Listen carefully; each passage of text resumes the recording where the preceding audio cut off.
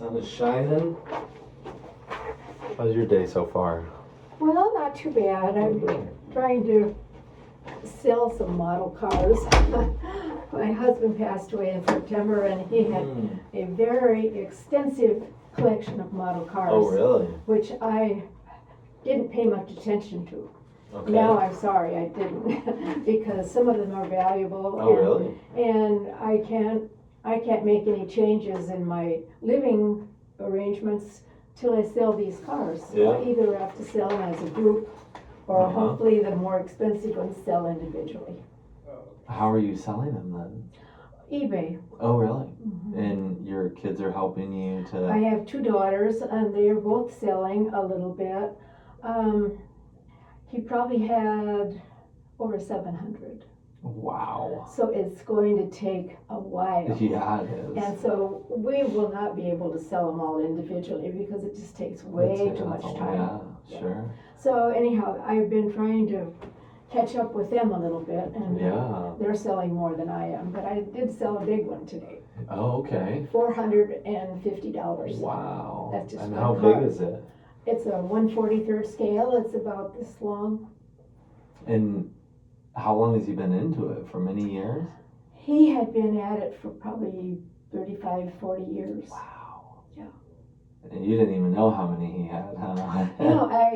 I need to take the time to just sit down and count them, but he did keep good records, and so he has a book that lists all the cars by make and by manufacturer, and then when people buy them, they want to have the original box. Yeah. So he's got the boxes Oh, stored really? away in other boxes. Wow. So it's very complicated. Yeah, collector's items. And some of them are probably old. Oh yeah, some of them are. Mm-hmm. How Most, neat. most of the cars, the age of the cars is from the 30s through the 60s. Wow, how cool. Mm-hmm. So where'd you grow up? Did you grow up in this area? Pardon me, did I grow up? No, I am from Iowa. Oh, really? Mm-hmm. And What part? My husband was there too. My husband lived in Des Moines, and I grew up in the northern part of the state, Charles City. It's funny, my mom is my dad's Iowa, or my dad is Indiana, my mom is from Des Moines. Oh, really? Born and okay. raised in Des Moines. So what brought you guys out to Washington? Our younger daughter came out here, and she was in insurance for a while, and then that actually brought her out here, but she didn't stay with that. And then you wanted to be close to your grandkids? And then we came out to kind of follow her when my husband retired. Okay. That was back in '89. Oh, wow. So you've been here for quite some time. So we've been here quite a while. Yeah. I have a second daughter. They both live in the Seattle area now. Oh, wonderful. Wonderful. Mm-hmm. So you get to see them every so often? Then? Yeah. I usually see him about once a month or so. Yeah, nice. And you got grandkids at this point then? I have 2 great-grandchildren. Wonderful. Okay, how cool. So what do you do to keep busy these days then? Pardon me? So what do you do to keep busy outside of selling the cars? I've found that I don't have a whole lot of free time. Okay, the cars are taking up a lot of the I time. do have a big yard, and so during the summer I'm working out there, and I kind of ignored some of that when he was ill. Yeah. And so after he passed away, then I've been kind of trying to pick up the slack. But we have a harder yard to take care of than many. I have a stream that supposedly runs through the backyard. Supposedly, does it not? I have a little bridge across the stream. Okay. And the weeds are growing up in the stream now that we didn't used to have. So I'm trying to get rid of those weeds. Gotcha. So we have. Are you wanting to sell and move, or? Pardon me? Are you wanting to sell and move, or just rearrange some of the things? Well, it's really more than I want to take care of now. And so the cars kind of have to come first so that I can make plans, because I'm not about to move that many cars. Right, yeah, that's a lot. Mm-hmm. So I've talked to some of the people that he used to deal with, and most of them say you probably should do it as an estate sale and sell them all at once. But my idea then, and my kids agree with me, that it's better to sell some of the more expensive ones first, because if they buy them as a whole, the average is going to probably be down there around $35, $50. And some of these are well over that much in value. Yeah. Depending on the manufacturer of the car. Yeah, that makes sense. The cars originally, some of them were resin material, and then there were some that are white metal. The white metal ones are way more expensive. The car is heavy when you pick it up, but some of the companies have decided not going to build any more white metal. Right. So that's raising the value of the ones that we do have. You're probably learning a lot about it, aren't you? Yeah. Yeah. So tell me about your hearing aids. You've had these for how long? Well, I saw something in my records the other day, and I think I would have to say close to 3 years. Okay. And you wear them all the time? As I said to the other man, I don't always put them in first thing in the morning because it's just me and the cat. Okay. And I don't need them for just general. But if I talk on the telephone or whatever, then I do feel I have to have hearing aids in. Okay. So if you put them in to talk on the phone, is that your home phone? Is that the cell phone? Is that both? I usually end up putting them, setting the phone on speaker. Okay. Even with the hearing aids in?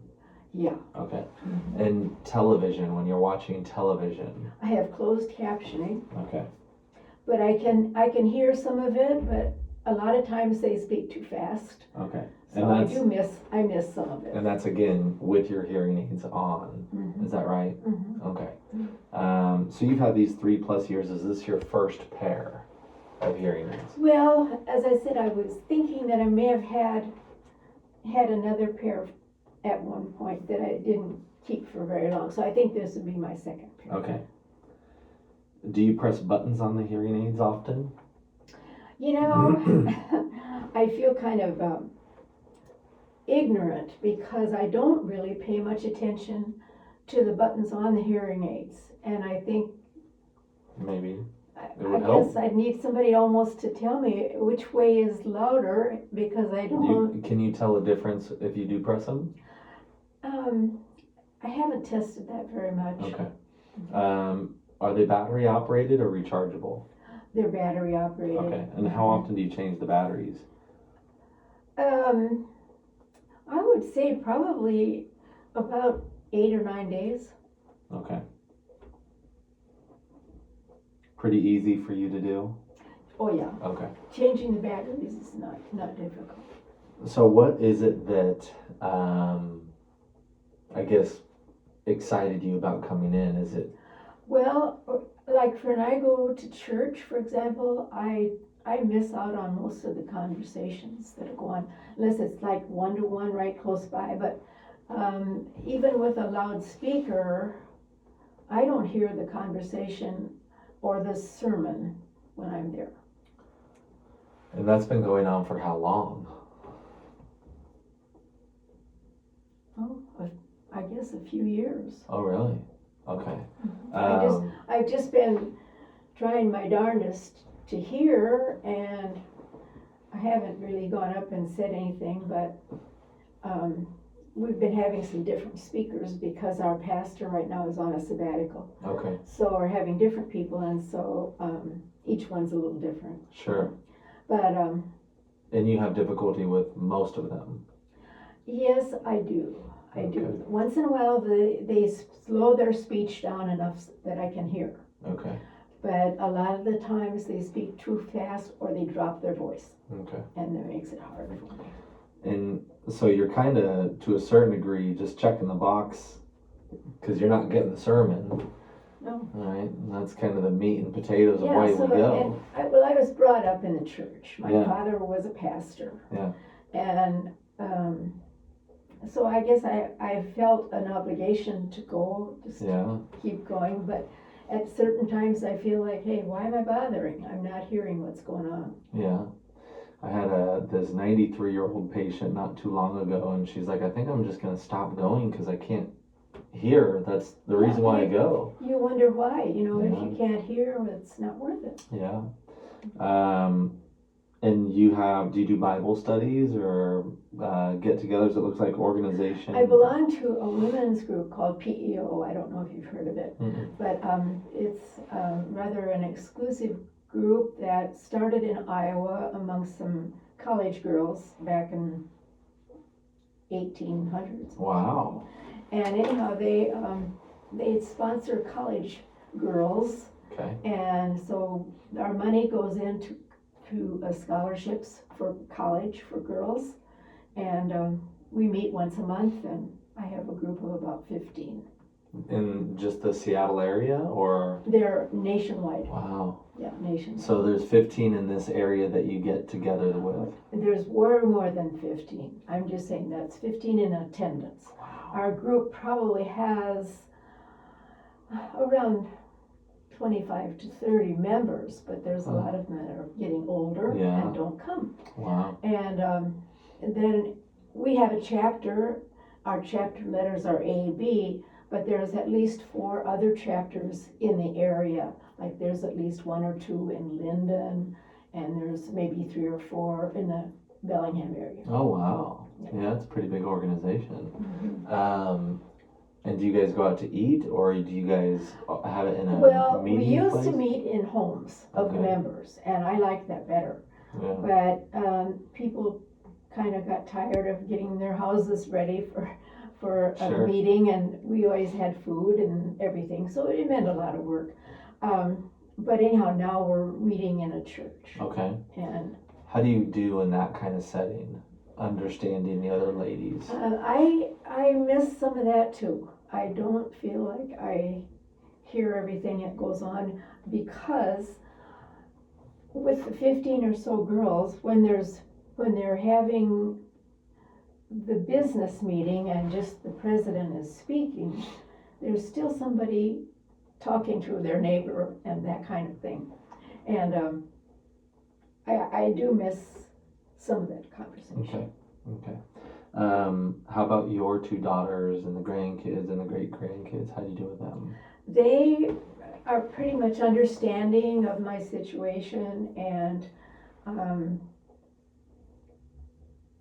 when we're together, though, I do find that they're talking over here and I'm trying to listen to somebody else, and it's hard for me. So any kind of group conversation, it sounds like, is tough. Group conversations can be a problem. Okay. And we got these 3 years ago. Have you been back to where you got them from? Yes. I got them in Costco, and I was there to have him check them probably within the last 5 or 6 weeks. And doesn't seem like it helps. He didn't feel like I needed to get new hearing aids, and he tested my ears.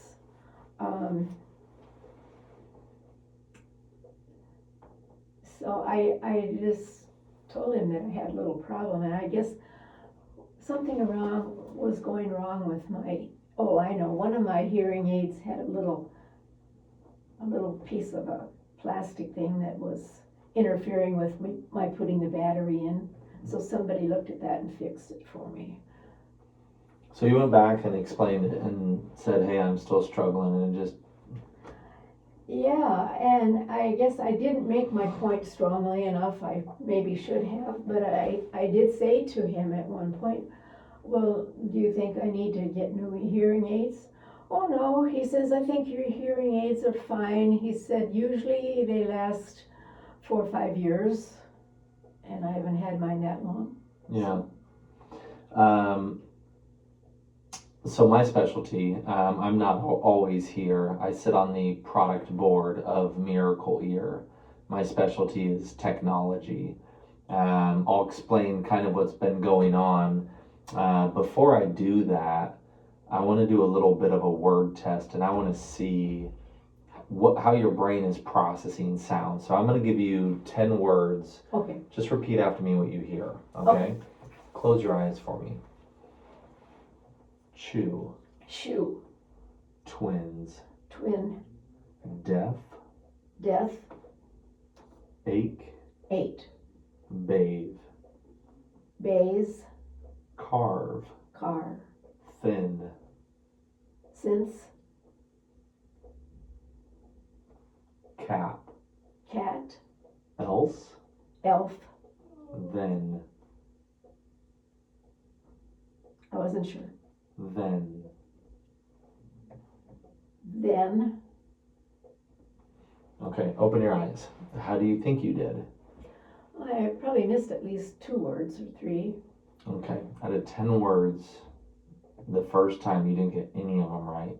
I didn't get any of them right? Really? Crazy, huh?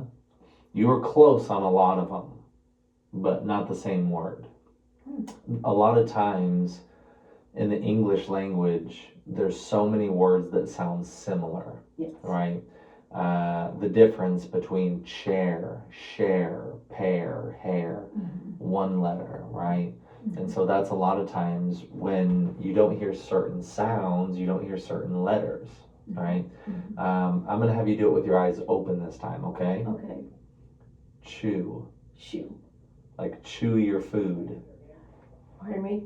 Chew your food. Chew your food. Yep, chew. Oh, then you said shoe and not shoe. You got it.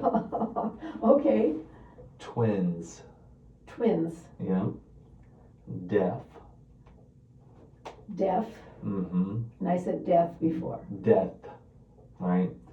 Ache. 8. I have a back ache. Ache. Okay, I thought it was the letter 8. Yeah. Bathe. Bathe. And you said bathe. Carve. And I said car. Thin. Thin. Yep. You said sense. Yeah, that one I didn't catch. Cap. Cap. Yeah. And I said cat. You got it. Else. Else. Yeah. And you I said elf. Elf. That's right. You see how you're really close, Yeah, but just a little off, yeah. right? So this is called the circle of understanding. It gives us an understanding of how you do in your world. If I take a person like Mo out front that has good hearing, I can do this test from 40 feet away in a quiet room, and they will get 100%. If I am only 3 or 4 feet away from you and you're getting none of the words correct, it gives me a little bit of an idea as to how you do in your world, right? It doesn't get a whole lot easier than a room like this that's quiet, right? Right. If I add background noise or music or people talking, it only adds to the difficulty of being able to hear. If I'm further away, or if I'm a fast talker or a soft talker, these are all things that make it difficult. So if you're missing out on this much with my voice and I'm looking at you 3 feet away, it tells me that most of life you're having difficulty communicating. Having to ask people to repeat A lot. themselves, and I get a little tired of that. Yeah, I can tell. Or you're having to try to work to fill in the missing puzzle pieces, right? Just like when I said I have a back ache, there was a light bulb like, oh, not 8, ache, oh. And I can tell that you have to do that and fill in these missing puzzle pieces. I'm going to program some for you and get you hearing better. Give me just a second.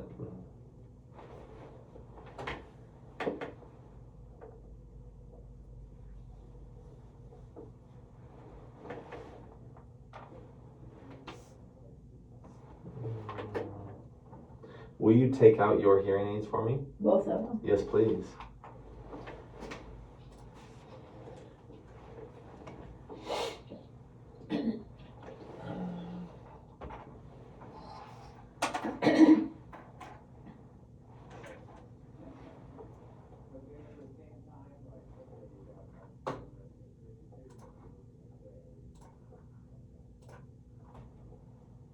So I was curious as to whether one ear was more receptive than the other ear after the testing. Give me just 1 second. I will go over that with you. Let me take a peek. You're okay. Don't worry about it.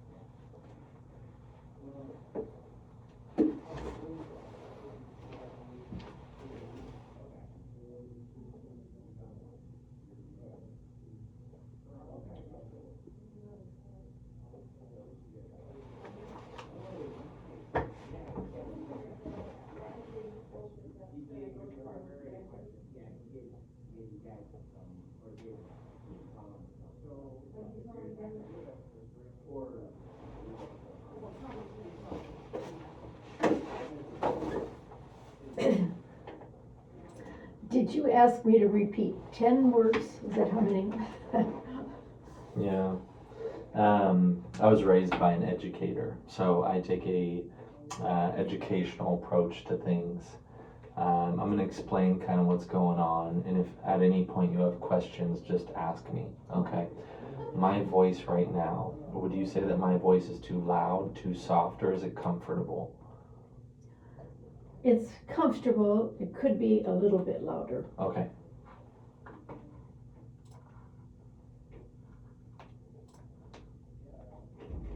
And how is that right there? Is that a little bit better, or would you like it a little bit louder? I can hear that. Okay, is it comfortable? Mhm. How's the clarity of my voice? Mhm. Is it coming in nice and clear? Mhm. Okay, I'm gonna do one more thing and I wanna see how well you do.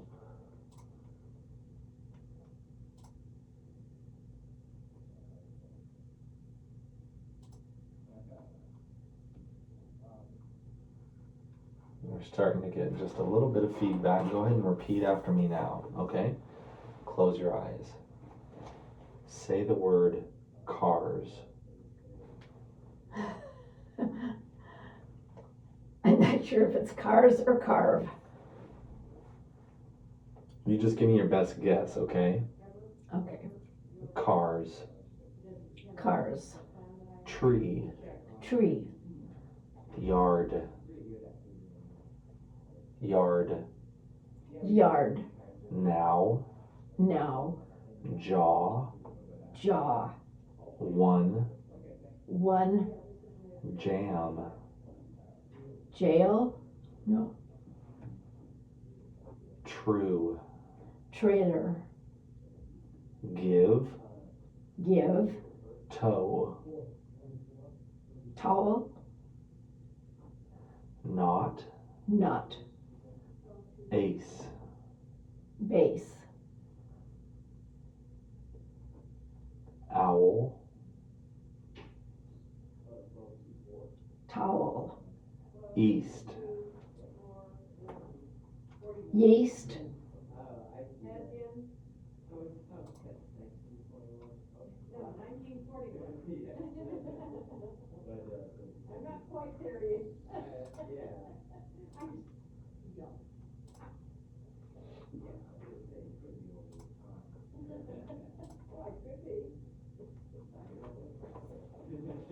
Okay, I made one quick adjustment and I want to see how well you do again. Okay, close your eyes again. Mm-hmm. Say the word you. You. As. As. Wet. Wet. Chew. Shoe. See. See. Deaf. Death. Give. Give. True. True. Aisle. Aisle. Or. For. Law. Law. Me. Me. None. None. Never. jam, jam, pour, pour, hymn, shin, skin, skin, east, east, thing, sing, dad, dad, up, up, bells, valve, wire, wire, ache, ache,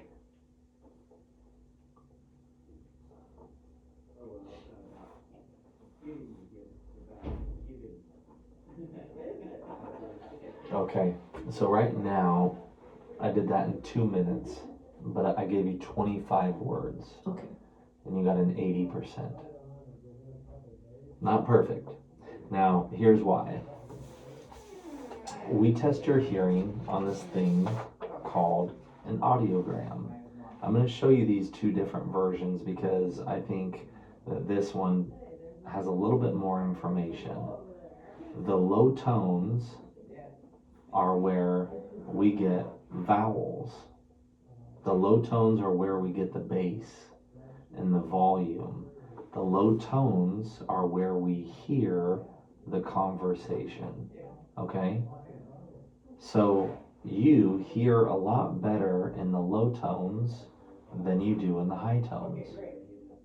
The high tones are where we get the consonants, which is what gives you the clarity. So for you, you can hear people talking, you just have a difficulty of understanding. When you hear well in the low tones and bad in the high tones, you pick up on the vowels, but you don't pick up on the consonants, which is the area of critical speech understanding. Now, red circles are your right ear, and the blue X's are your left ear. And that's where you barely hear from low tones to high tones. Now, in a perfect world, you'd be up here. We would play sounds softer, softer.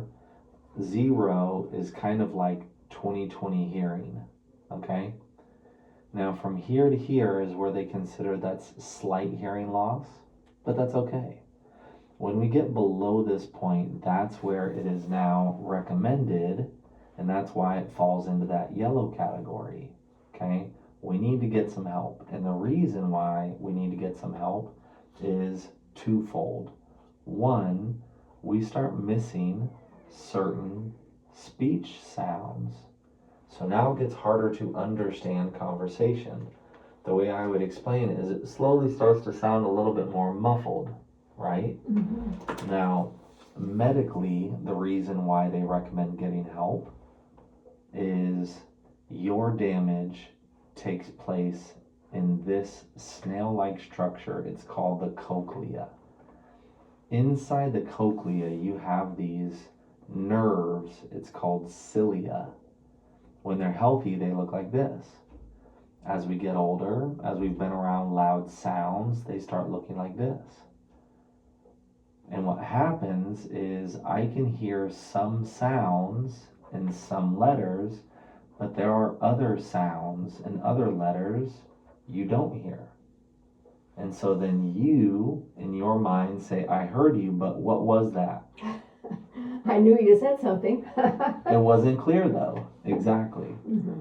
And the way that we fill in the missing puzzle pieces is by getting visual cues or by getting context, right?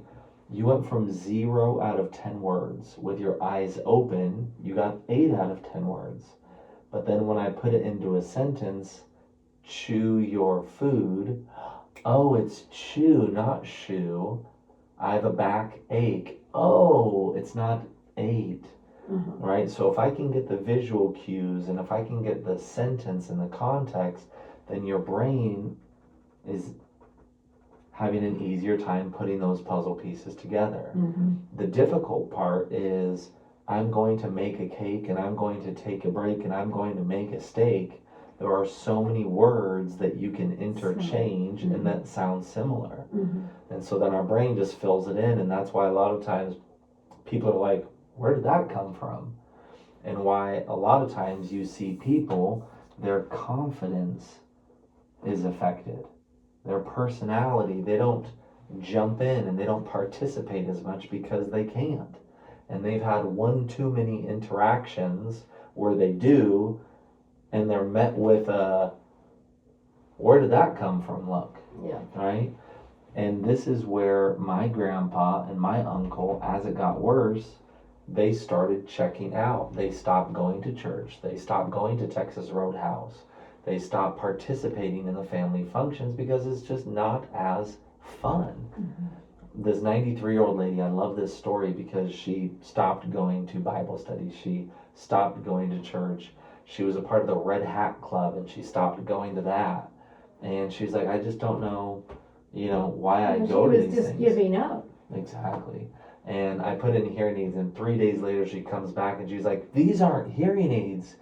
I'm more alert. I'm more active. I feel like I want to go out and do things. She had no hearing aids at that previously? She did, but they didn't work for her. They didn't work. Yeah. And so that's a common thing that we see, right? There's a difference between hearing louder and hearing clearer, right? That's definitely true. As hearing aids get more basic, they have less capabilities to adjust each letter and each sound, so then things have more volume and I can hear louder, but I still can't understand people, right? And I know you've turned the TV up and still struggled, right? Just based on your results. It's not the volume so much. Now, when we fall into this red category, that's now a severe hearing loss. And the reason why it's red is because it starts getting harder to stimulate those nerves, to get the message properly to our brain. So does it look like a cochlear implant would be helpful then in a situation like that? For some people, yeah. Not everybody. Not for you though at this point. But there are plenty of people who, I was in Nampa, Idaho last week, and I had this 91-year-old, and he goes, okay, finally I'm ready to get some hearing aids. And I had to tell him, like, I don't think it's worth it. You've lost so much that no matter, even if you had spent $8,000, $10,000, $12,000 on hearing aids, you got the most advanced ones, you're still going to struggle because I can only work with what we have until they're gone. Right? At that point, it is a conversation about doing a cochlear implant. But for most people, you don't do that until it's a last case option. I mean, it's essentially brain surgery, right? It's a very serious surgery. They make light of it though. They say, you can have it done in an office and go out the same day or something. It's a very serious surgery, yeah. But the other reason why it's critical is this part of your brain where sound is processed. That's also where short-term memory comes from. And so they have found over the past 5 to 8 years a correlation between hearing loss and memory loss, dementia, Alzheimer's. Essentially, if I don't stimulate this, I don't stimulate this, right? I could show you all kinds of brain scans, but you've heard of Johns Hopkins. Yes. They were doing MRIs and brain scans for a decade, and they only had to have a mild hearing loss. And they found that those with impaired hearing, they lost more than a cubic centimeter of brain tissue each year compared to people with normal hearing. And they explain it atrophied from a lack of stimulation. They released a study last year, the largest one they've ever done. They had over 400,000 people, and they found that people with hearing loss, they had a 42% increased risk of getting dementia compared to those without hearing loss. But if they wore hearing aids and they were properly fit, they had the same risk as people with no hearing loss because it stimulates your brain. Now, when we get down into the profound range, this is the area where we really can't help, right? Even if you did have, again, very powerful hearing aids, they're not going to make much of a difference. Now, to tie this back into you, this is where you hear in the low tones, and this is where you hear in the high tones. This is the red zone. Now, a lot of your hearing is in the severe range. From 3,000 hertz on out, you have a very severe hearing loss. From 3,000 hertz on out, there are a lot of critical speech sounds. That's a very, very important part of speech. 23% of the English language takes place from 3 to 6,000 hertz. That's from here to here, and you have a very severe hearing loss, even profound at those sounds. Some of this I unfortunately can't bring back. Mm-hmm. When we get to this point and you see an arrow, what that tells me is that we turned it up as loud as we possibly could and you still didn't hear it. Okay, so I know hearing loss has been going on a long time, and it's just been kind of slowly getting worse. Mm-hmm. All of the sounds that are above the red and the blue line are the sounds that you miss. So if you're my mom, what I know is that I need a hearing aid that has enough power to reach into the severe and profound range. But I also need two other things. I need a technology that allows me to adjust each sound and each letter according to what your needs are. And you hear all of these letters and sounds differently. So I don't want to just turn it up and make it louder. I want to balance you out so you can hear those letters. Lastly, again, if you're my mom, I need something that allows me to take these sounds that you no longer hear, and I need to shift them over to sounds you do hear. This is what we call frequency compression. I take the sounds that you can't hear and I shift them to sounds you do hear. The way I can explain it is it's kind of like taking a T and it changes the sound to a T so you can actually hear that letter. We actually have the technology to do that. Mm-hmm. Now, this is where a basic technology doesn't give us the ability to do that. The difficult part for you especially is you're going to have the most trouble with female voices because you have such a bad hearing loss in the high frequencies. You're going to have difficulty with the clarity and understanding with everyone, but it's going to just be magnified with female voices. Children, soft talkers, fast talkers, crowds and groups, church, restaurants, those are going to be a lot more challenging. Mm-hmm. That's why they say that we hear in the low tones, but we live in the high tones. That's the most important part, and that's where, unfortunately, you have the most amount of damage. Okay? Now, hearing aids, there's only two types. There's ones that go behind your ear, and then there's ones that go in your ear. Okay? That has nothing to do with the quality or the cost, and it's not going to impact your results at all. It's just a style, okay?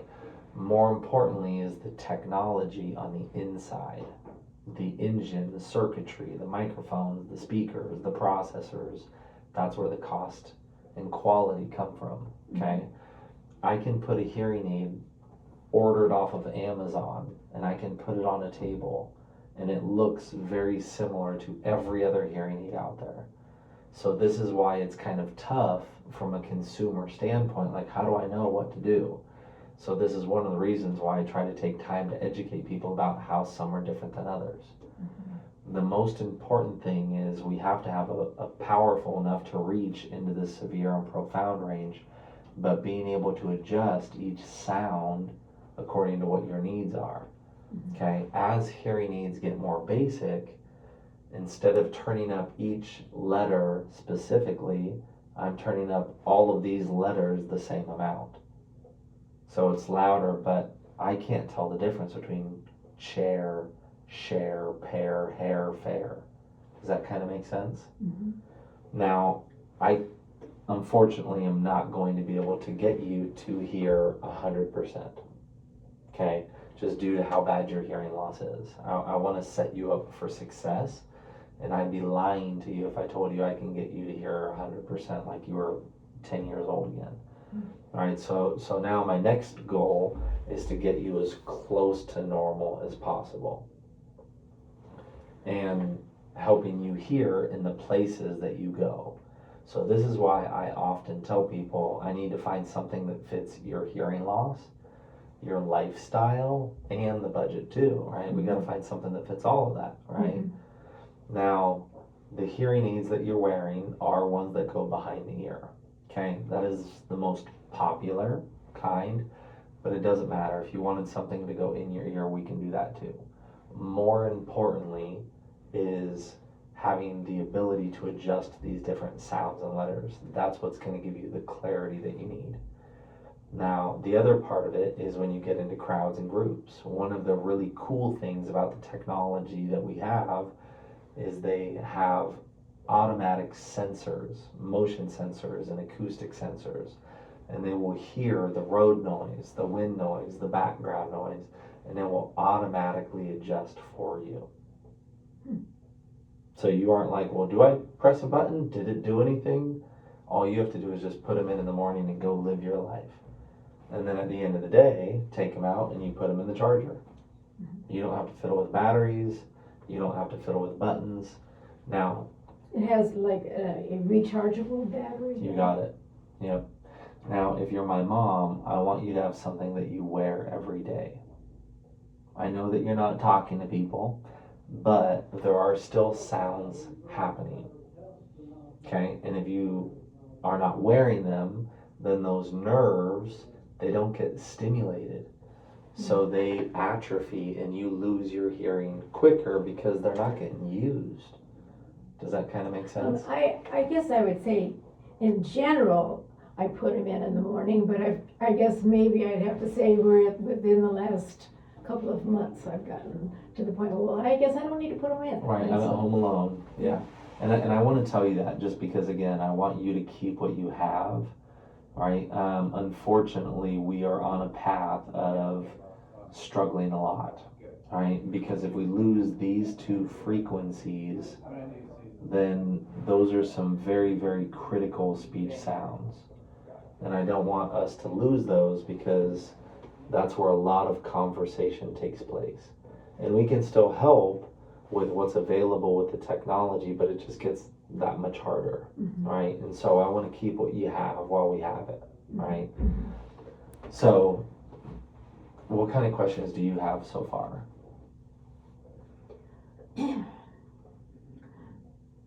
Well, I guess I was just wondering whether there was a very expensive hearing aid that you were going to recommend, or are you saying that I would be continuing with the same hearing aids I have?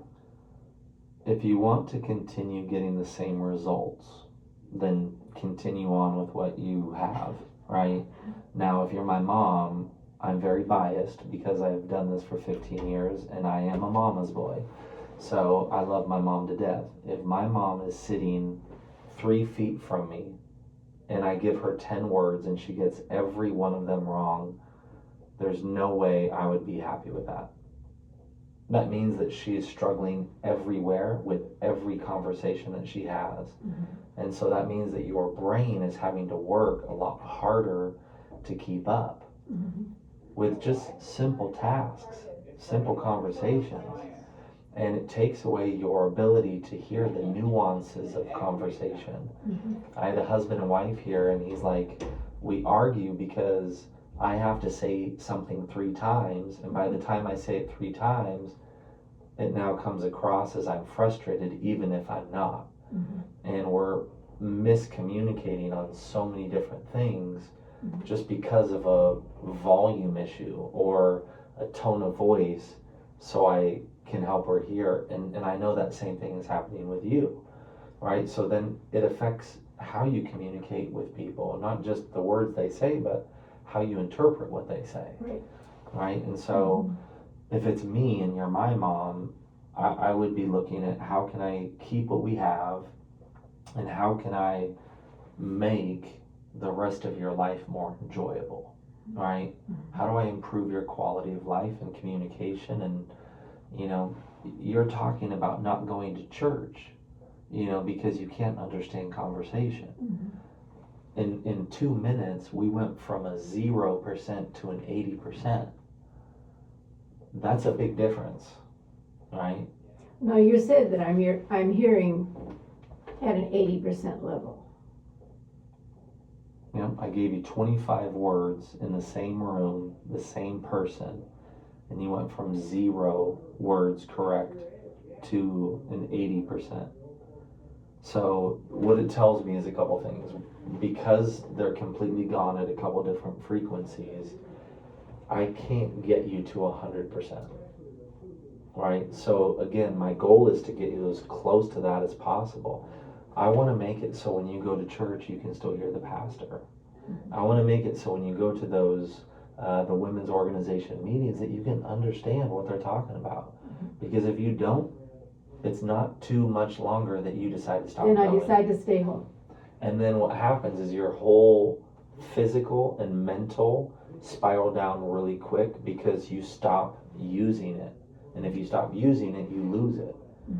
I work with 80 and 90 and 100-year-olds all day, every day.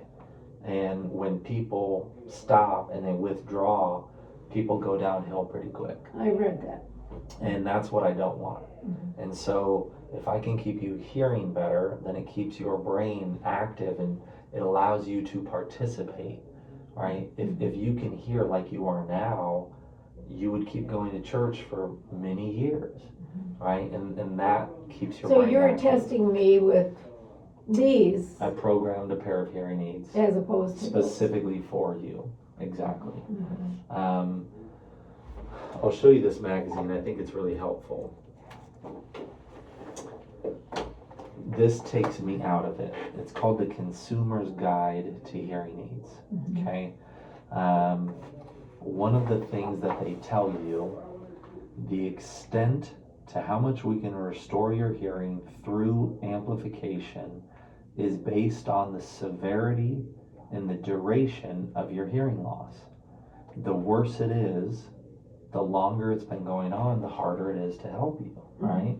But they also say the more severe your hearing loss, the more sophisticated the hearing aid must be to enable you to hear more clearly. Not louder, clearer. And the number one complaint that we get is clarity. I hear, but I don't understand, right? Yeah. And I don't want to just make things louder, I want it to be clearer, right? And so the better the hearing aid, there's only 9 major manufacturers of hearing aids, and every single one of them, as they get better, they add more technology so it performs better, right? As you take away that technology, they're less expensive and they do less. And so it's more volume and less clarity. There are these things. So did you ever play an instrument like a piano? I played the piano and I used to play cello in college. Beautiful. Okay, so you'll understand this, right? If you have a kid's piano or a xylophone, there's 6 of them, right? 6 keys maybe. I can play Mary Had a Little Lamb, but I can't play Mozart, right? Right. If I have a real piano, I can do a lot more with it. Hearing aids are the same way. If I have a basic hearing aid, I can hook it up to a computer. I can adjust it. I'm just very limited in what I can adjust. And so this is kind of one part of it, right? So let's say this yellow line is your prescription, okay? There are these things, they're called channels, okay? I can hook it up to the computer, I can adjust it, but there's always going to be these gaps that I can't get to. Sounds I can't get you to hear. And as you can see, going from 6 to 24 to 48, I can get closer. Right now, that's just one part of it, but essentially, the way I can explain it is you hear all of these sounds differently. And if I have a basic hearing aid, I can get you to hear things better, but you're going to miss out on a lot. The better the hearing aid, the more I can adjust every sound and every letter more precisely so I can get closer to normal hearing. The more basic we become, instead of adjusting each letter and each sound, I'm turning up all of those sounds together. And so then your brain can't tell the difference between those letters. And so then you miss out on more and more. So I understand that as they get better, they get more expensive. But if you were to wear these 4 different technologies from basic to more advanced, you would say they get clearer and clearer as you go up. Because they start adding more and more things, okay? I think this is another interesting chart, but basically what this is the technology chart. And if you look at all these dots, those are different things that they add to make it better. As we take those things out, they get less expensive. Sure. Right, and Well, so what are we talking here in cost? depends on what you want, right? So my job is just to educate you, okay? And then I roll out all of the options and you say, this is the one I want to go with. Now for me, I need to have something that has frequency compression, where I can take the sounds that are deaf in your dead region and shift them over to sounds you do hear. So you can actually hear those letters. Unfortunately, those are only in the more advanced options, okay? But if you didn't want that, that's okay too. Totally up to you, right? Now, all across the country, the costs are going to be the same. They're going to be what? The same. Oh. Very similar, right? Entry-level digital hearing aids are going to be around $2,000 a pair or $1,000 each hearing aid. They might be a little bit less, they might be a little bit more, but typically it'll be anywhere from $1,500 to about $3,500. These are the Costco's of the world. Now, not everyone needs advanced hearing aids, and not everyone can afford them, right? But also, some people do, right? And some people can. So, as they get more advanced, I have more adjustability. I have more microphone pickup points. They start having acoustic sensors and motion sensors, and they will adjust in every situation. They will hear the wind noise, and they will hear the road noise, and they will focus on speech in those environments. So then you can understand conversation better, right? So that's why I say if money had nothing to do with it and you wore all of them, you would say it just gets better and better and more clear. So to me, the one thing I never know is the budget, right? So I look at the hearing loss and I look at the lifestyle and I look at what their wants and needs are. And then I say, based on what I know, this is what I would go with. And it's kind of good, better, best, right? But then it's kind of up to the person to say, hey, I can afford that. I want that. I deserve it. I know that I want to hear well, or I can't, right? Outside of cost, one of the nice things I will say is that we're very different than most places. Most places say, here's your hearing aids. Let me know when you have problems. And like Costco, and nothing against them. This weekend I will be training them at the Washington Hearing Society. That's my specialty is technology, so I also have 5 kids, so I'm there every other weekend. I love Costco, so this is not a knock on them, but their business model is bulk, right? Buy in bulk, selling, that's what they focus on, right? So in hearing aids, they say, well, when you're shopping, bring them in and we'll clean them, right? They don't do a lot of proactive taking care of them, changing parts and pieces, retesting you, recalibrating them. That's all something that other private practices do. right? So like with Miracle Ear, every 3 to 4 months they have you come back. They do what they call a 72-point checkup, where they do a lot of internal making sure that everything is working. Once a year, they retest your hearing and then they recalibrate them to make sure that they're working well. That's why, for Miracle Ear, they not only last longer, but they will perform better. Whereas a lot of people, I'd probably say half the people in the past 2 days that I've seen have hearing aids from Costco. Half of them? At least. Mm-hmm. They're well known for being the low cost provider. Mm-hmm. They're not well known for being the high quality provider, right? It's trying to find a low cost option. Outside of the cost, what questions do you have about anything? I guess that's primarily the thing I'm concerned about, is what it's going to cost. Okay. Let me go over that with you. Yeah.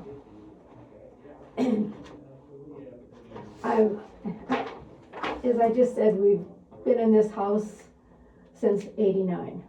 So all of a sudden, now my husband's gone.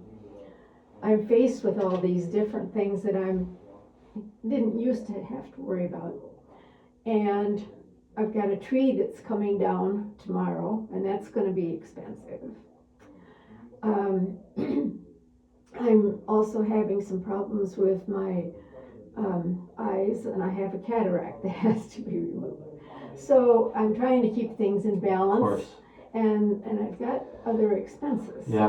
So I'm trying to keep a balance. Yeah. A balance. Well, and I think it only makes life more challenging to go through all of the things that you're going through when you can't hear what's going on. That's true. Right? When you're talking to the doctor, when you're talking to the person cutting the tree down, when you're, doing these, these meetings, Yep.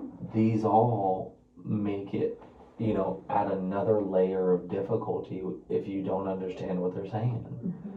So one thing I've noticed in doing this for almost 15 years is people with a hearing loss like you, when I can get you hearing better, it just allows you to relax more. And I've noticed even just in a little bit of time, I can tell your shoulders have lowered, that you're not having to do this as much, and that's, that in itself is like, that's nice, It's just like makes opening the door to a new world. It's just more enjoyable, and especially when you have a lot of things going on, to add more to it, or to be able to relax and process, it just makes it easier. But let me go over the different options that we have and how I can help you.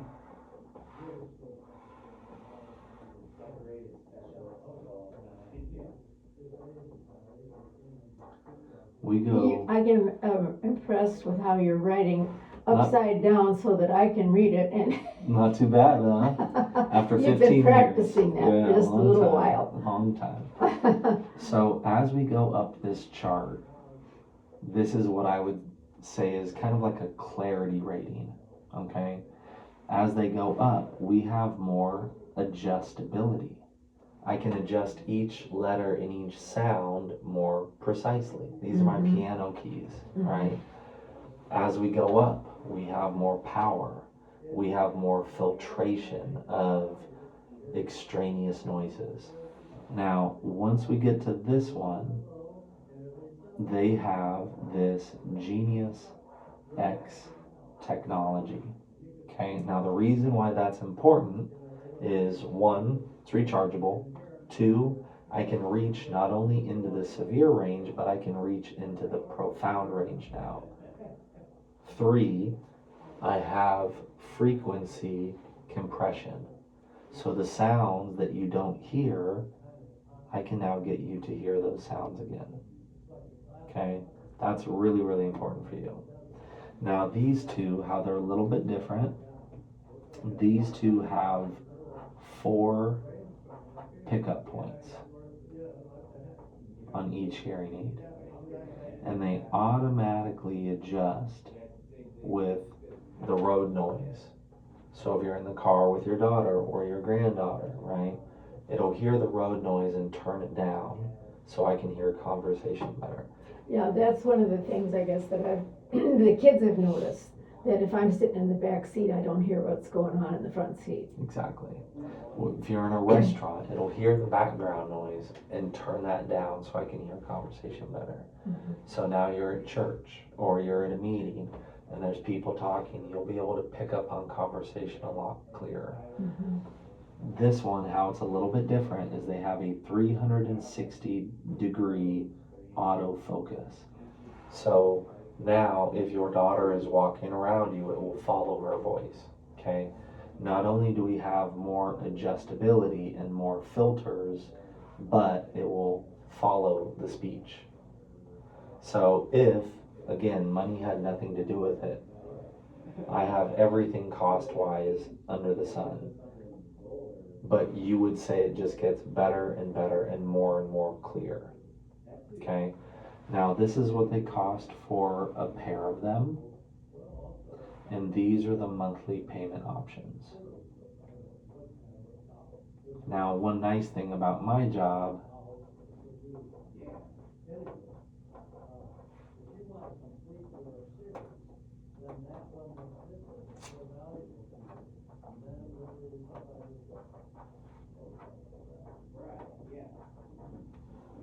and if you wanted to do monthly payments on that,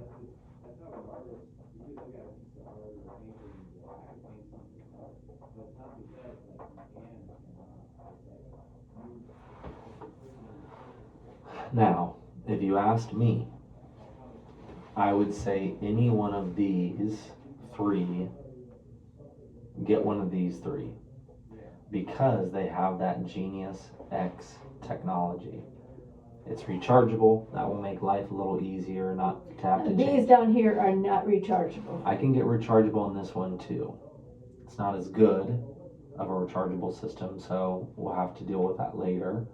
But these three are rechargeable to the point where they even help with pumping that much power in a severe to profound range. Because when you put more power in, the battery dies quicker. It's like pedal to the metal, right? You just go through gas faster, right? But also these three are the only ones that have two processors. So it's much faster at getting the information transferred to your brain. It can sort through the information and focus on speech. So then you can understand conversation a lot better, okay? Below that, you're gonna have a lot of difficulty. So from a cost perspective, I would say this is gonna be, all three of these are gonna be a lot better, okay? It's kind of good, better, best. Now, if I know you're my mom and I know you can afford to get the better ones, I'm gonna tell you to get the better ones. They're gonna give you better results, right? And at your age, and then especially, with all the things you have going Well, on. that's the other thing, is because of my age, I'm not sure it's worth it. If I were younger, I might say, yeah, I'll take the top one. But at my age, I don't think I would. I had a husband and wife, 91-year-old couple yesterday. And I asked him, I said, well, what is it that you're struggling with? And he goes, a little bit of everything, right? And I said, well, what is it that you want to hear better? And he said, I want to hear as best I can with what is available with modern technology so I can enjoy the life that I have left. He's like, at 91, I don't have a lot of time left, right? But I want to enjoy it, and if I'm sitting across the table from my mom and you're my mom, you can't take this with you. And I have 1,000 stories I can share with you of people that are older than you that I want to enjoy it. One of my favorite stories, I had a 99-year-old in Nampa, Idaho, and he has stage 4 cancer, and he's had hearing aids for many years with us, and he's been telling us for years, I don't want to do it, I have cancer, I don't want to do it, I have cancer, and finally I tell him, I'm like, at what point do you rip the Band-Aid off and just take a leap of faith? And so he gets them. right? Unfortunately, 6 months later, he passed away, right? But his daughter says that was the best 6 months that I've had with my dad in the past 10 years. He normally just sits there and doesn't talk when we have a family get together. Yeah, and that's disappointing to the family as well. Well, how do you put a price tag on that? You know, it's hard to, right? So the option is, right, you don't get new hearing aids, and then you slowly start withdrawing from life, right? You know, you don't go to church, you stop going to the meetings, you stop talking, and it just gets worse faster. I mean, this is a lifeline, right? And I know they're not cheap. I've never had someone with a severe hearing loss say it's not worth it, though. Not one time in 15 years. I'm sitting right in front of you, and out of 10 words, you didn't get a single word correct. I couldn't believe that. Right? And so if you're struggling in this environment, you're struggling everywhere, right? So it looks like the serial number on this says 2019. That's the first 2 digits. That's when I got it. So that's 5 years ago, right? So the thing is, let's just say we had 5 years, right? If you break it down, it's like a cup of coffee a day. We spend money on so many other things, right? And you give back to help other college girls, right? These are things that you've been blessed with to take care of your health, right? So to me, if I know that you can't take it with you, and I know, let's just say we have 3 to 5 years left, right? Let's just say that. And you can actually enjoy conversation with your 2 daughters and your grandkids and your great grandkids. You can actually hear the pastor. You can hear your friends in the group. That's worth every penny and 10 times more, right? We don't, and it just keeps getting worse and worse. And then finally, you're like the 91-year-old from last week, and you're like, all right, I'm willing to spend the money. And then I have to say, unfortunately, we can't. You know, and I hate those conversations. I really do. You're at a spot where you're kind of at that fork in the road, right? I don't do it, and things keep getting worse, and then I stop going to these things until finally I say, gosh, I might as well pull the Band-Aid off. Or it's very easy to get discouraged and become depressed at this age. It really is. I was in Silverdale, Washington, and this gentleman, another 99-year-old, he's got cancer on the top of his head where he actually has a hole in his head. And he had told his son, sad part of the story is, you know, I think often about committing suicide. I'm 99, I'm in a wheelchair, I have all these medical issues. Why do I even want to be alive? And I put in the hearing aids, and he goes, I want to get him. And his son was just shocked. He's like, how did we go from you telling me you want to commit suicide to I want to get these things and spend that kind of money? And I said, look, in my experience of doing this, when you already have to deal with so many things in life, and especially things that remind you that life isn't good or that you're old or, you know, something, right? If we can alleviate one of those areas, it just makes life a little bit easier, you know? And so for $180 a month, for me to not worry about having to spend 15 minutes on changing batteries and stickers and, you know, or going to church and not understanding a single word, you know, it's worth its weight in gold, you know? And I know I'm biased, I'm sure you can tell, but I know for a fact, without a shadow of a doubt, it would make such a difference in your quality of life. If I saw you a year from now, you wouldn't care about the money. It just adds so much to your life that it's worth it. And if you wear them and you find it's not helping you, bring them back. I'll take every penny back. I don't care about the money. We get paid whether you buy or not. So it's not about the money. But how it works is you would pick out the one, we order it, and if you wear it for a month and it's not helping, you bring it back.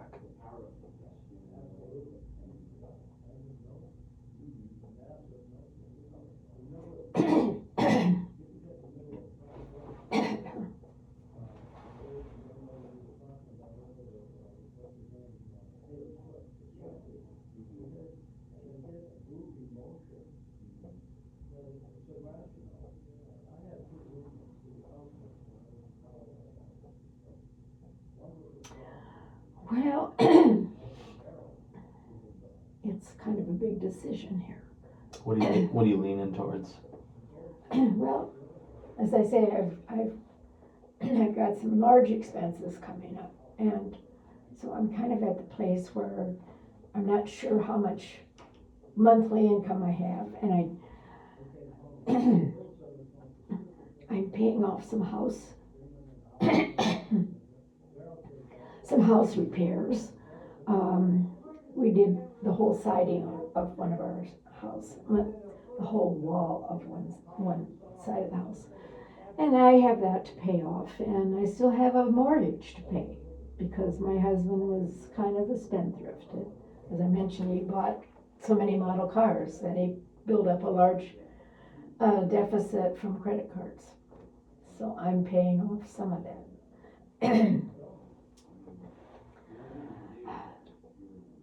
If you were to pick, what one would you pick? Well, I'm leaning toward this one here, I guess. I'm trying to figure, now, what was the difference between the two figures here, the 182 and the 148? This is what they normally cost. So Those are what? that's what they normally cost. Okay. Because I sit on the factory side of Miracle Ear, they allow me to help save you some money. So instead of it being this much, this is the cost. And instead of this being the monthly payment, that's the monthly payment. Now this is also if we finance everything. So a lot of people say, hey, I can put down $1,000. Then the monthly payment's lower. Reduce right? it. Mm-hmm. So one other nice thing, there's no sales tax on top of it, so that saves you 10%. If you wouldn't mind, what I would do,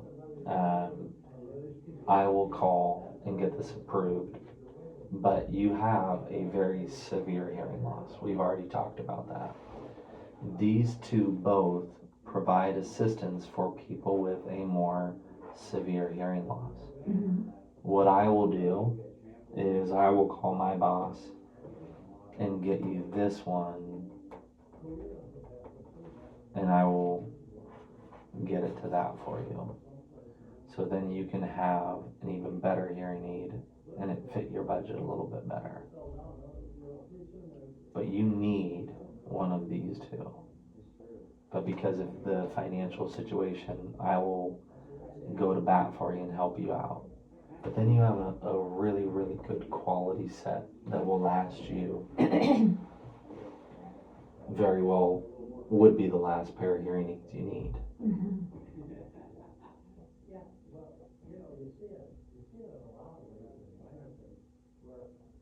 Well, it sounds like you're being very fair with me on that. There's a 3-year warranty on all three of those, I see.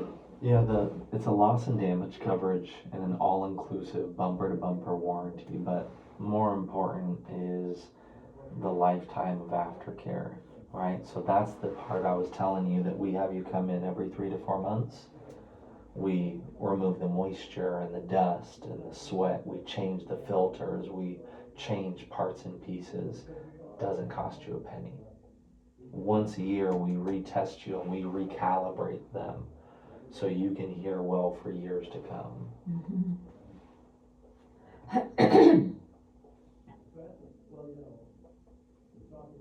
Well, excuse me, my voice bothered me here today. I think my family probably would be appreciative of my getting an improved hearing situation, because I think they've been kind of discouraged about it a little. It doesn't make just a difference in your life, it makes a difference in everyone's life. Mm-hmm. I find that the longer I do this, just like with my uncle, my aunt was happier that I got him hearing aids. The people that you talk to the most are the people that have to accommodate you the most and repeat. Mm-hmm.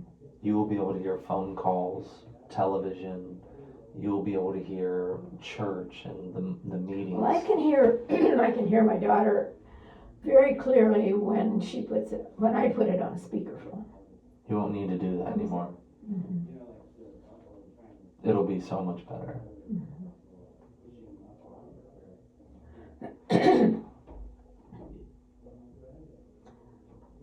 So if I were to pay for this on a monthly basis, then how many months would it run? How many? If you want to do the smallest, it's a 5-year plan, but you can pay it off anytime you want. So let's say you sell all of the model cars and you want to just pay it off, then do that. There's never a penalty to pay it off. Yeah. If it takes 6 months to do that, then do it in 6 months. If it takes 2 years, do it in 2 years. Mhm. But if I didn't, okay, if I didn't pay it off, then what would be the time span? It's a 5-year. Yeah, Five. if you pay just the bare minimum every month, it's a 5-year. Okay. Yeah. Okay. Well, I guess I'll go ahead and do that then. I'll go with this one here, and you said it's at the prices here. I'll do that for you, yeah. I'll just gotta make a couple phone calls, but you're worth it for If sure. you can get it approved. I'm just gonna do it. I'm not gonna ask. I've been with them long enough that when I need to make a phone call, I can do that. Yeah. Yeah, okay. They value your opinion. Well, I mean, like this weekend, I'm going to speak at the Washington Hearing Society, right? So I'm dedicating my Saturday to train everyone in Washington, right? So they know that they know I'm decent at this job, Mhm. and they value me enough to allow me to have a little flexibility for some people. Mhm.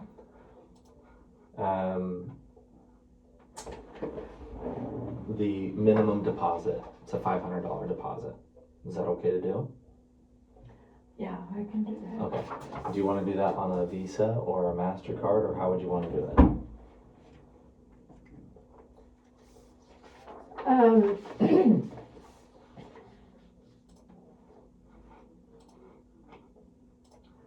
I could write you a check for that. Okay.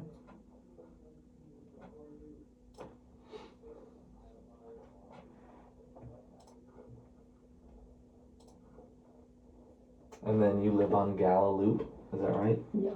Okay. That street name is funny, because everybody that asks me if that's my street, if that's correct, they all pronounce it differently. Some people say Gala and some people say Gala.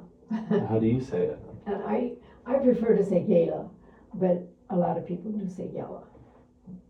I have heard it said both ways. I don't even know what some of my neighbors How they say it? I don't know, yeah.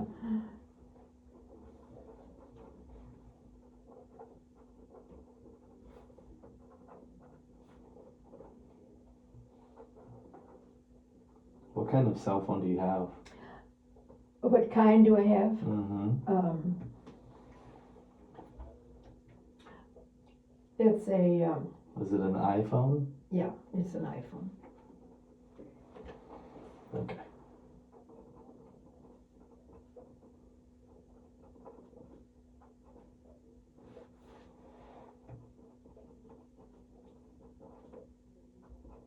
Okay, I guess, do you want me to take these out?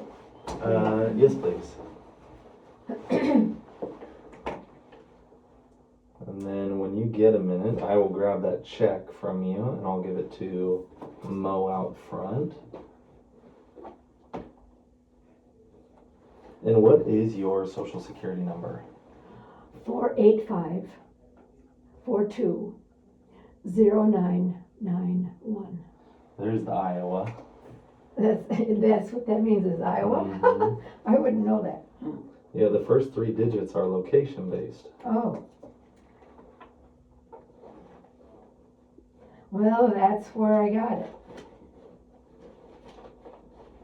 You know what, I did not bring my checkbook with me. I usually do. So I'm sorry, I don't have it. I thought I did. It's okay. Darn. I've been taking my checkbook with me just about every place I go, and then today I didn't do it. Do you have a debit card or credit Yeah, card you can I use? do have a debit card. You can do that.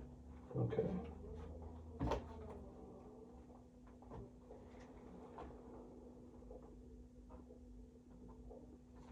Yeah, we'll just do that. Okay.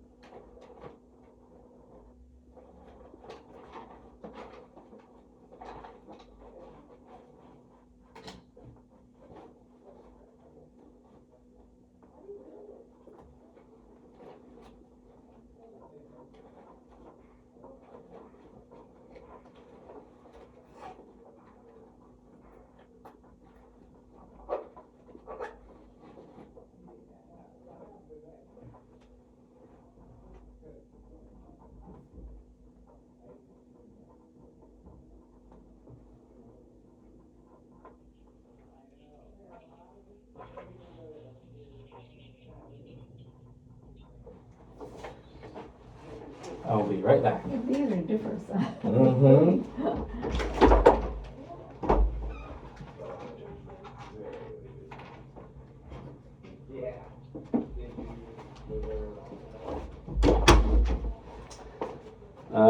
Depending on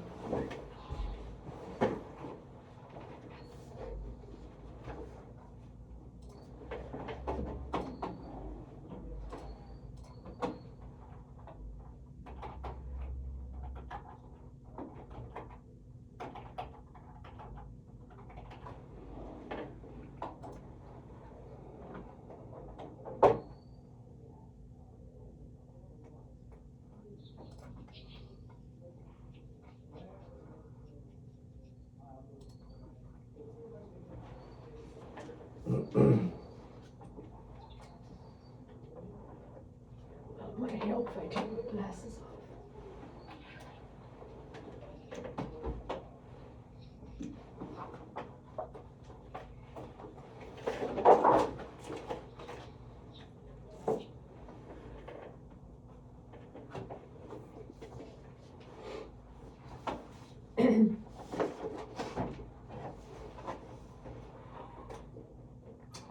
Do you need it? Okay, they're brand new, and we got the level 4, and the level 4 is this one, okay? Okay. And then you'll get the charger, and then the molds, we might add those. I'm just gonna prepay for them in case we need the molds, Okay. okay? So my factory discount ends up being $4,100, okay? Thank you. So then the total is the $64.90. There's no sales tax either, Okay. okay? And then we put down the $500, and then we're gonna finance the rest, and that's gonna be about $140 a month, give or take. Okay. Okay? Mhm.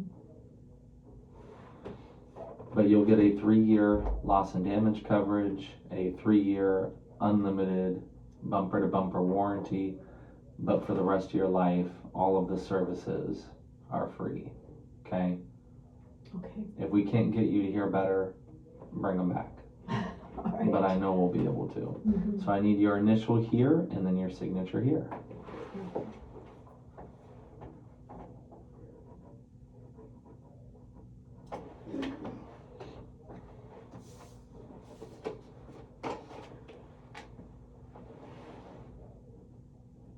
And good handwriting. Oh, It's a pretty signature. thank you. I stopped to think, did I sign the right line? That's perfect. That's a lovely L. What we're gonna do, we're gonna set up a delivery appointment for next week. Okay? You say it will be delivered to me? Next week. Next week. Okay. Yeah. Okay.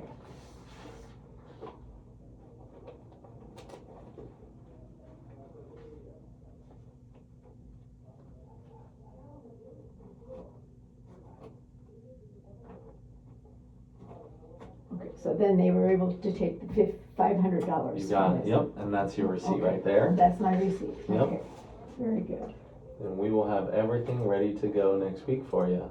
okay. Any particular day that you know? Let's go of the find moment? out. Let's go. It doesn't matter, I just wonder. Yeah, let's go see what Mo.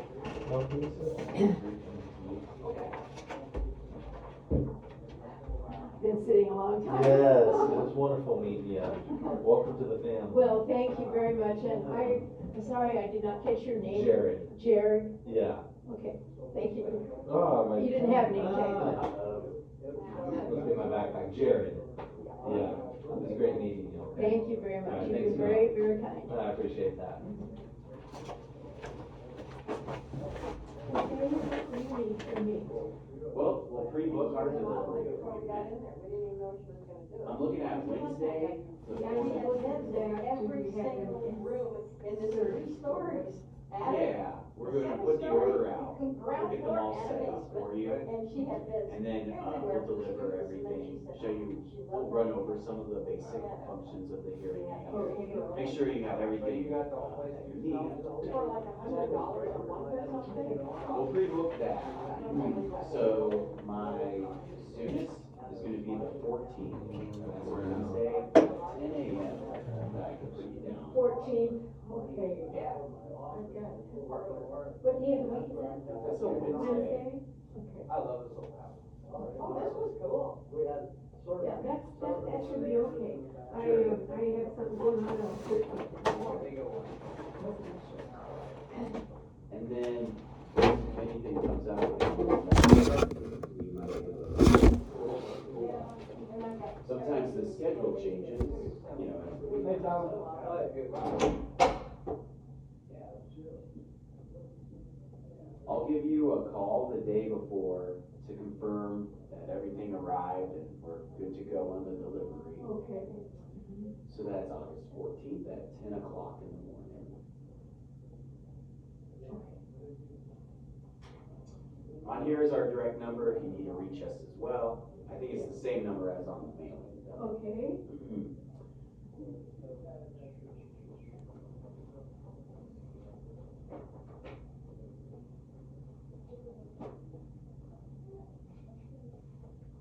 And we'll see you in about a week, it looks like. Thank you very much. Yeah, of course. Here, I'll get the door for you.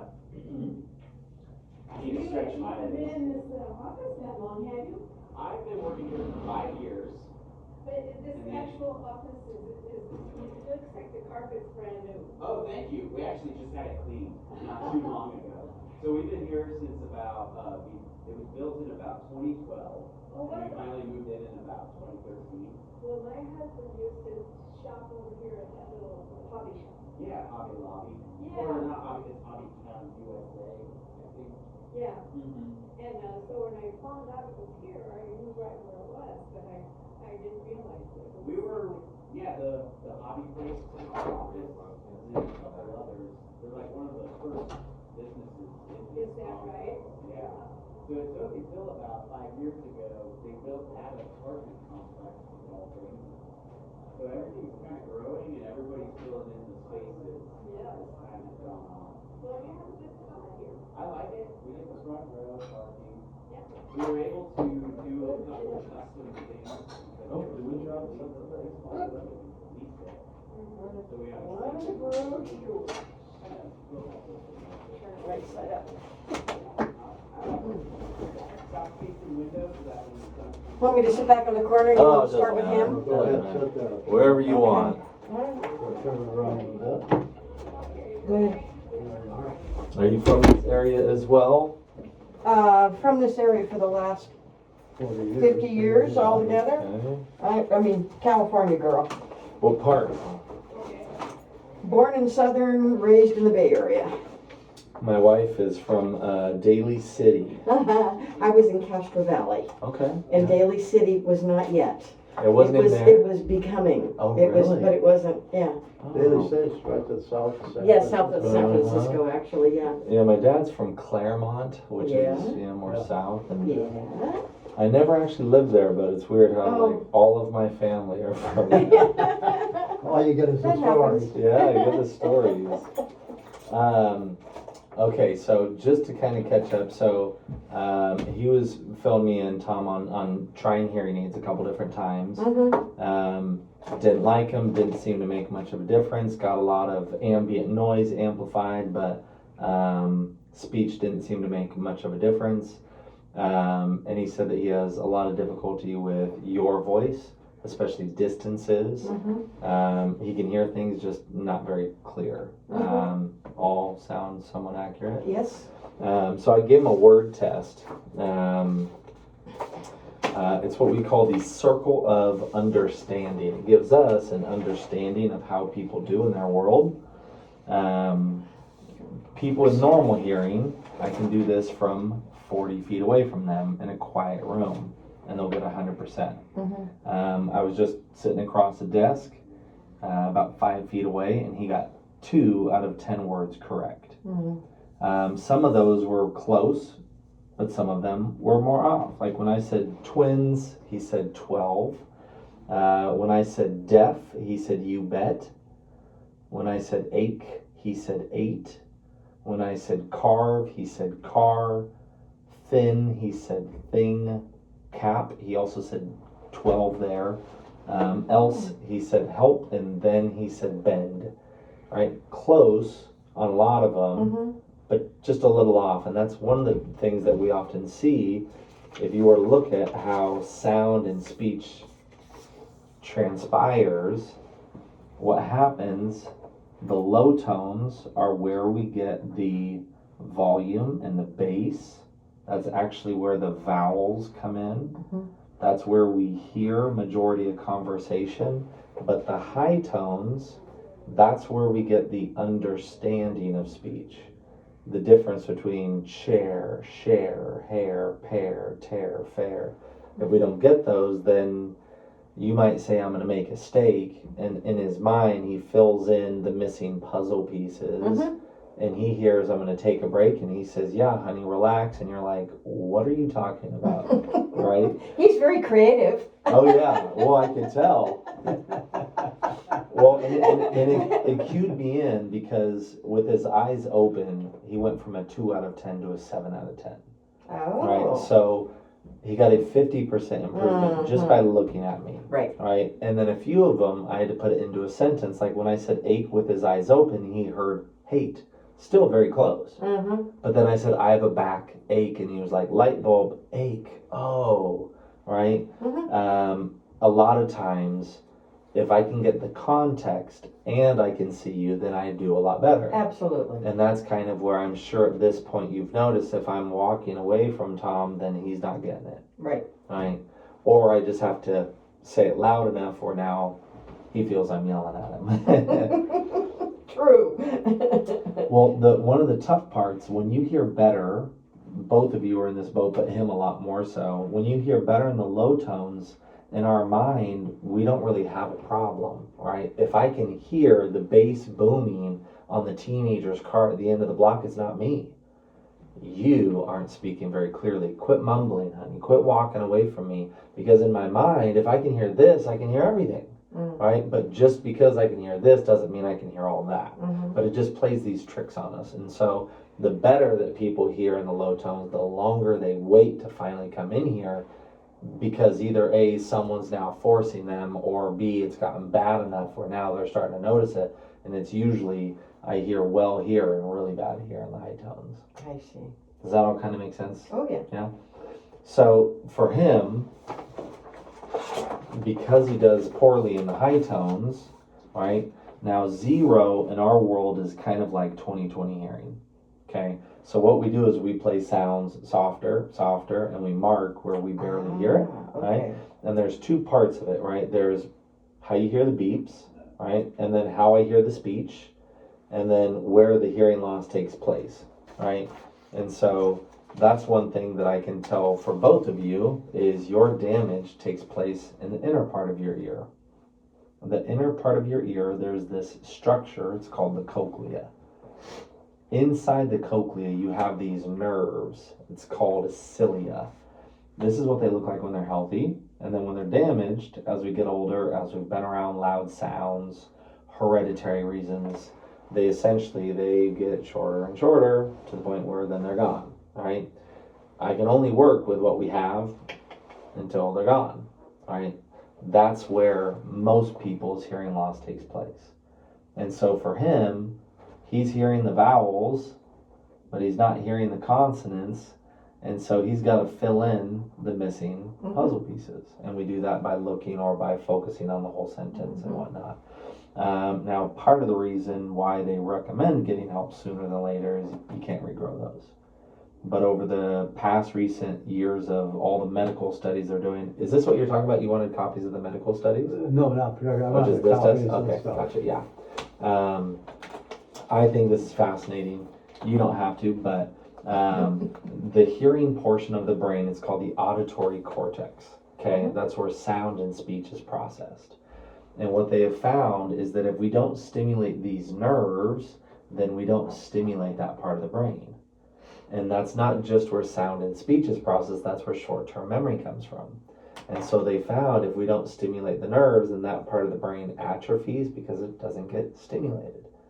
Johns Hopkins was doing MRIs and brain scans for a decade, and they found that people with impaired hearing lost more than a cubic centimeter of brain tissue each year compared to people with normal hearing, and they explain it atrophied from a lack of stimulation. Well, how do you stimulate it? Hearing aids, right? Hearing those sounds, right? So either A, I the sounds have to get loud enough to stimulate those I see. nerves, or via hearing aids, right? Mm-hmm. Now, for most people, it's one of those, if I don't hear it, I don't think about it, right? And that was kind of a little bit of a conversation we had is, you know, I don't know that I don't hear it, but my wife would be like, you don't hear that? And I'm like, what are you talking about? Right? Sounds are happening, I just don't hear it. And that's the tough part is we only hear what we hear, we don't hear what we don't hear, right? And so, when we lose the ability to hear certain sounds, they still happen, right? But now on a daily basis, if those sounds don't get loud enough to stimulate those nerves, they atrophy faster, which is why you'll see like the typical progression, they lose more of the high tones than the low tones because they're just not getting stimulated. Right. So that is how either a cochlear implant or hearing aids work is they send in stimulation according to what they need, right? So similar to glasses, right, where I'm wearing contacts. If I didn't wear them, I'd be squinting more in that same sense. And so long term, the benefit is it keeps those nerves healthy, right? And then it keeps that part of the brain healthier. So once we get him treated, then now he's able to hear at a distance better. He's able to hear even if I am walking away from him, which is nice, right? Yeah. So you'll find that his distance comes back, his ability to understand conversation in different groups without having to look at people and work hard. He'll be able to just, that's one of the cool things you see with like their shoulders kind of relax. Like I don't have to work so hard to keep up, which is kind of nice. Well, now, you hear better when you're on the phone than when you're in person. Well, That you can sounds turn it like up. the opposite. Well, I don't know. I don't either. I mean, you know, he'll Now, are either, you on speaphone or on? Yeah, I- usually. Well, it depends. If it's not a public place, I don't use a speakerphone, but if it's a private place, I turn the speakerphone up and then I keep it further away from it. Yeah. But otherwise, I can speak into it, and I hear pretty well on the Yeah. phone. Well, I imagine if I were to look at the volume setting, it's not on the lower end. No, it's on a higher Yeah. So the nice thing about it, the volume control is you can turn it up, Oh, which is okay. nice. Because I have mine on. I listen to audiobooks a lot, you know, when I have time and all that kind of thing. And I have it on generally full volume, Yeah. unless it's going to disturb something else, you know. Then I'll turn it down and I Yeah. can still hear it, but I prefer to have it on. Yeah. I'm a big audiobook fan, so I think there's variables that play a part into it, right? What's going on, how loud the house is, where the phone is it in my pocket or is it on the counter? Am I walking away from it constantly? So I think there's other variables to play into Sure. it. This is how you guys compare. So 0 is 20/20 hearing, okay? That's kind of the goal of which we want to be here, okay? Mhm. Now, red Here, is, red is right, and blue is left. Mhm. And this is where you barely hear from low tones to high tones. Now,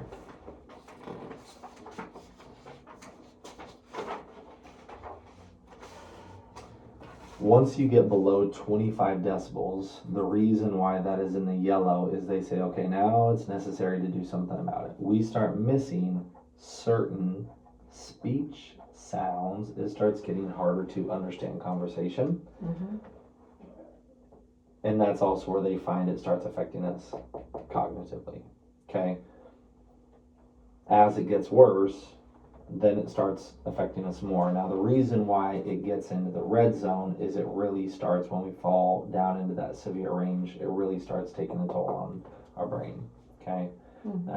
It starts getting harder, and that means that it's been going on a longer period of time where it gets harder to get the information to the brain, and so our success with hearing aids is worse. When we fall into this area, it doesn't matter if a person spends, like if all of his hearing was in this range, he could spend 8, 10, 12, 15 grand on hearing aids and they're still not gonna That help can him. do good. Yeah, we're gonna do a cochlear implant at that point, okay? Because his nerves are so damaged that they're just not gonna work well. I had a 91-year-old, and here's kind of the tough part of hearing loss. For most people, they lose it gradually, all right? So they don't think about it. They learn to get used to it. If both of you had hearing like you were when you were 19, and then instantly I take you to where you are today, you'd be like, whoa, what happened? Yeah. Right? But because it's over so long of a period of time, then we just get used to it, right? Sure. And so I had a 91-year-old last week. I was in Nampa, Idaho. And he goes, all right, I've finally come to, grasp with, I'm going to get some hearing aids. And we test him, and half of his hearing is completely gone. And I'm like, we'll try, but I just want to be honest with you. I think you waited too long, and we tried, and it didn't improve his speech intelligibility.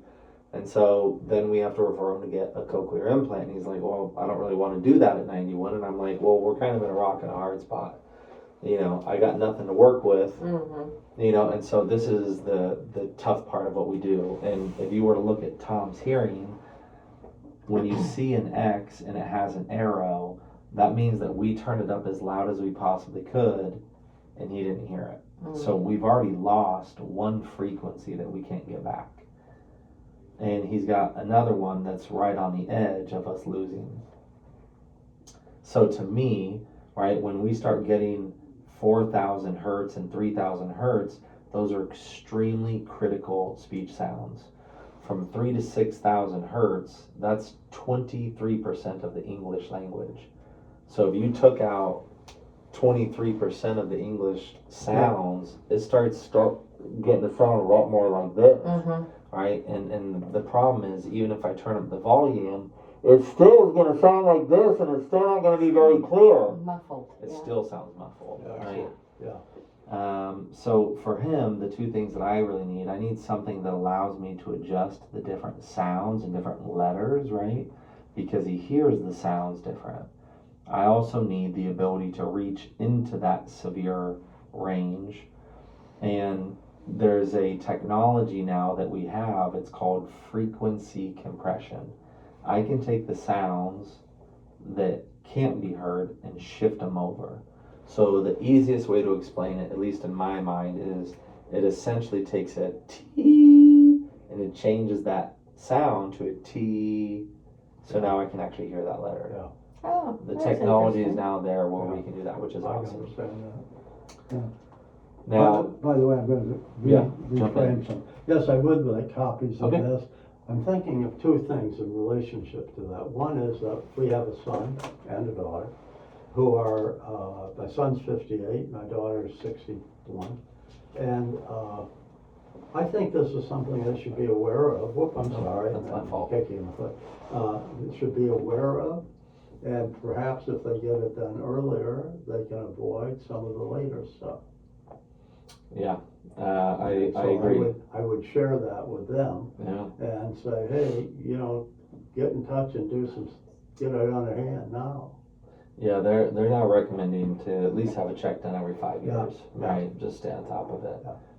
The two senses that stimulate your brain the most, if you read, and I got a whole binder of studies that I don't want to bore people to death with, but Sure. the two senses that stimulate your brain the most are your eyes and your ears, and so if we can keep Absolutely. those healthy, right? This one they released last year. It's the largest study they've ever done. They had over 400,000 people that they tracked over a 12-year period, and they found that people with hearing loss, they had a 42% increased risk of getting dementia compared to people with no hearing loss.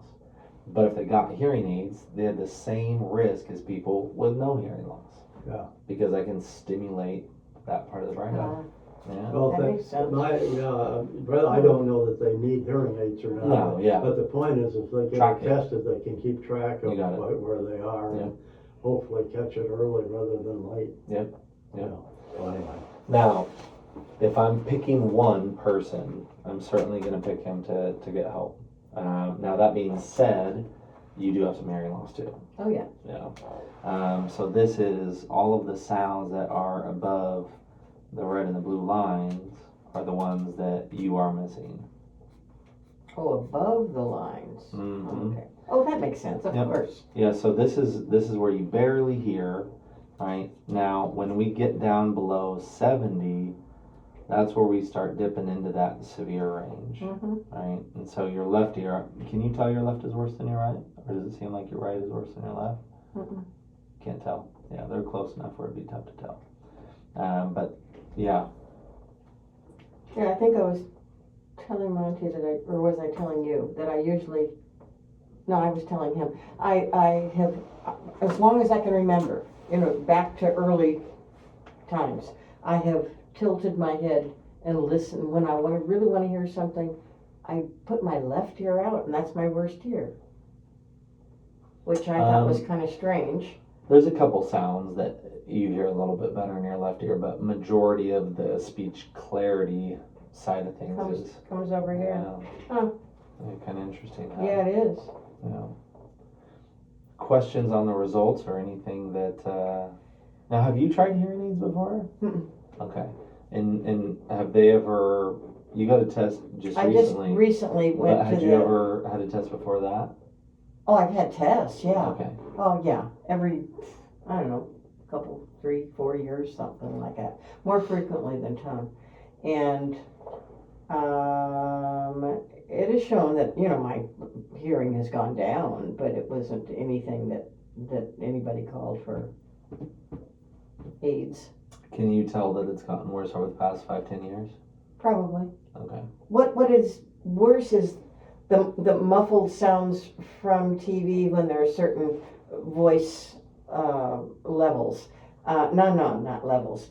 A person with a bit more of a bass voice, I think, is one that sounds more muffled, whereas one that gets up to, a little bit higher tone, I can understand. Do you have difficulty with music when it's in the background? I just don't like it in the background, Okay. particularly. Yeah, I guess, well, She has a cacophony problem. noise, yeah. Everything is And so too much input. input, she's highly sensitive to it and is disturbed by it. And that's visual as well as. It's all my senses. Yeah. I Always always felt have that it. everything's been ultra sensitive, yeah. When we did that test with the background noise, how'd you do on that one? Was that tough? Yeah. Yeah. Well, and once he got to a certain point, he didn't do it with the same noise level in the Yeah. background. I found it. I did not like it, Yeah. even from the very beginning before he put the other sounds in that he wanted me, the person's voice, but I heard the voice and what she said each time clearly, as far as I know. It was clear to me. So what happens is it gets more and more challenging. Okay, it's what we call the quicksand test. Mm-hmm. It tells me how our brain is able to separate the speech when there's noise present. Mm-hmm. Okay? And so the first sentence, the speech is 25 decibels above the noise. Okay. And each sentence, the background noise becomes more, Right. right? Until the background noise is the same volume as the speech. And I couldn't deal with that. So what we do, it covers all of the sounds of the English language, and it tells us how your brain is able to hear those sounds and pull apart the background noise, right? Mm-hmm. And so each underlying word is worth a point. Then you add it up, and then you subtract 25.5 subtracted by your total, okay? And then for you, you got an 8.5. Out of a possible. So essentially, you got 17 out of 30 correct. So a little bit more than half of the words correct. I'll be darned.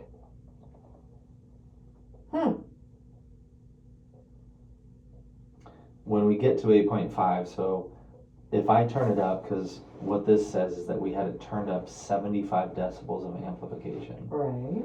Right now, a person with normal hearing would be at 45 decibels. Okay? So that means that you like the TV up louder than your younger self. Oh, nowadays, yeah. Right? Very definitely. And so, you know, where you might have been at 25, now we're at 50 or 60, right? Mhm. So Mm-hmm. essentially, that's what this is. Your MCL, what's comfortable, is at 75 decibels.